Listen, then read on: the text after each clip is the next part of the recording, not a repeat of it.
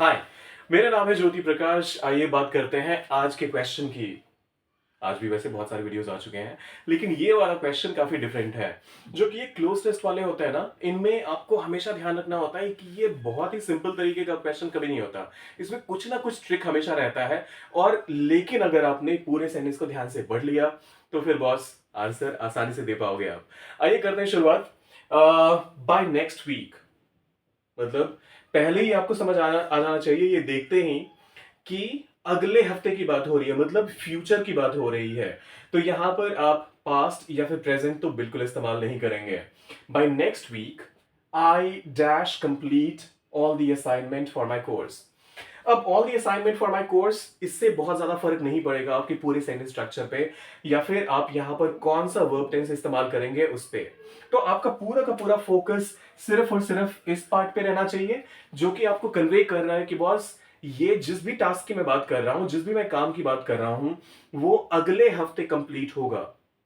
तो अगले हफ्ते कंप्लीट होगा, इसके लिए आप सिंपल सा will have, sorry will complete कह सकते हैं,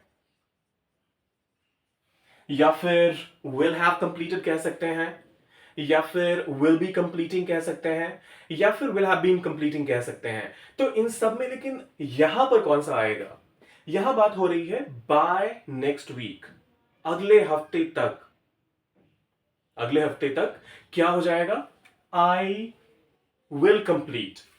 तो अगर मैं कर लूंगा टास्क, अगर मैं कंप्लीट कर लूंगा, तो उसके लिए I will complete makes perfect sense. लेकिन यहां पर बात हो रही है कि एक टास्क जो अभी चल रहा है वो अगले हफ्ते तक कंप्लीट हो चुका होगा।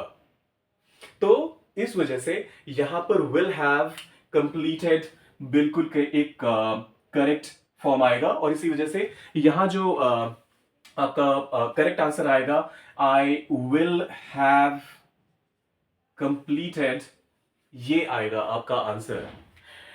ध्यान से देखिए, आप यहां पर अगर बाय नेक्स्ट वीक नहीं होता, सिर्फ होता I dash all the assignments for my course, I complete all the assignments for my course.